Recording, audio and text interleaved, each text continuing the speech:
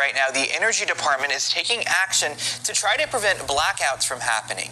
It issued an emergency order to keep Americans in 17 states, including here in Iowa, powered during the heat wave. The order directs the Southwest Power Pool to take steps to help keep the electricity flowing.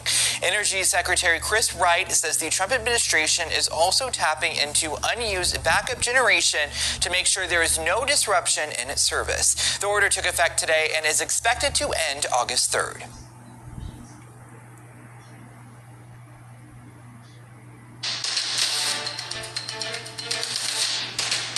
As heat continues to surge across the West, keeping homes cool takes more than just air conditioning. It takes electricity. This time of year, air conditioners are working overtime, and as more people rely on AC during longer, hotter summers, utilities are planning years ahead to make sure the lights stay on.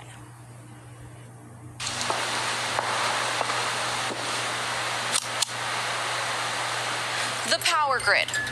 Something that makes our daily lives comfortable. It powers our lights, appliances, air conditioning in the summer heat. When temperatures climb in heat waves, electricity demand climbs with them.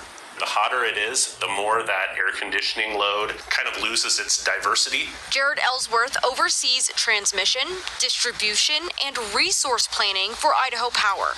And so you'll just see all the air conditioners going across the, southern Idaho instead of just a few maybe cycling here and there. They'll all be on at the same time, and that's what causes that high demand for electricity. He says today's demand isn't just about hotter days. It's also about a growing population, adding more homes, businesses, and customers to the grid. But he says Idaho Power does plan years ahead for extreme summer conditions. We have a lot of plans for the next several years. We're building solar and storage generation resources, and then we're going to be building some natural gas generation resources. He says solar storage will gather resources and save it for when demand is high. They're also working on even bigger projects, like transmission lines that span across states. We're also building with a developer a transmission line from the Magic Valley down into the desert Southwest, and that will be great for us to be able to buy power in the winter time when we have those winter days. Ellsworth says partnerships like this are growing because they're future investments. New lines could help Idaho share power with neighboring states when demand is highest, and vice versa. We peak and reach our maximum electrical demand in the summer, and so our neighboring states like Washington and Oregon, they actually reach their maximum demand in the winter. Latest energy reports show hydropower is the leading source of electricity in both Idaho and in Oregon. In Washington, natural gas is a non-renewable energy source that still remains the top source, with the hydropower being a close second. Energy experts say that mix will continue to evolve as utilities prepare for hotter summers and growing electricity demand. The intensity of the air conditioners running, exacerbated by new demands from data centers, from new demands from new members of our community coming in. It was built for a different time.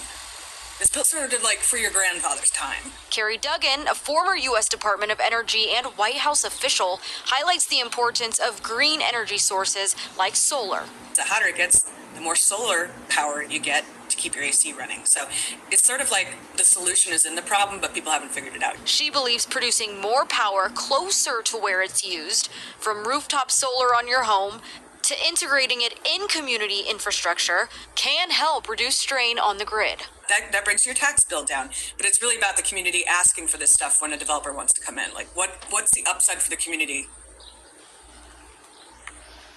Idaho Power says customers shouldn't be concerned about grid reliability, but if you would like to help reduce demand, the utility encourages shifting electricity usage outside of peak hours from 6 to 11 p.m., and it offers incentive programs for doing so. Oh, miss. Another impact alert continues this morning. We're not the only ones in the state experiencing dangerous heat. We're not the only I guess, state, I should say, That's right. experiencing this. It's awful. Yeah, I mean, it's going to be across the whole entire Southwest, pretty much. Yeah. And because of that, we've got to be smarter, right? Temperatures are going to be soaring across the country. The federal government is stepping in. They're going to be taking some steps to help keep up with the high demand for electricity. Because imagine, your AC goes out, your power goes out. What do you do when the temperatures get this hot? 12 News journalist Tori King, she's live in downtown Phoenix with how this could impact Arizonans. So what does this mean for all of us, Tori?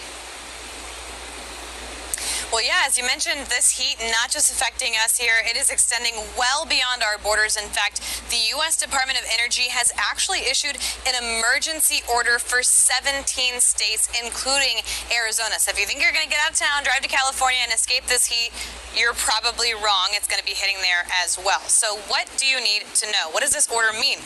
Well, according to the U.S. Department of Energy, this order is not really going to affect us in terms of what we have to do as Arizonans, but it will affect what the federal government is doing. So essentially, this extends to Nevada, Utah, New Mexico, parts of California, millions more across the country remain under heat alerts just like us here. The emergency order doesn't mean power outages are expected. In fact, it's designed to actually help prevent them. So it gives grid operators more flexibility to bring additional power sources online. It also allows them to use backup sources if needed to help keep electricity flowing during the stretch of extreme heat.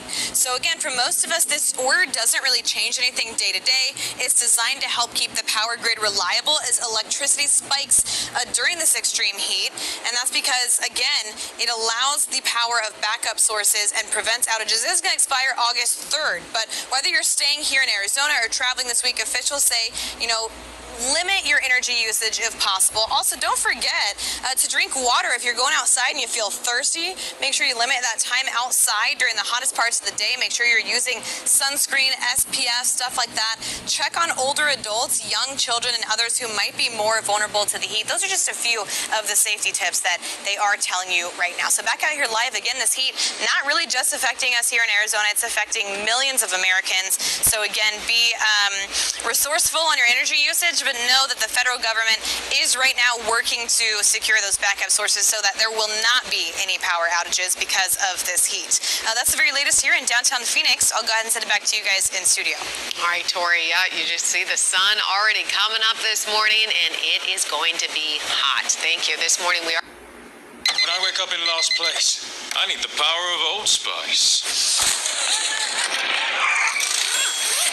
First place smells good. Come on.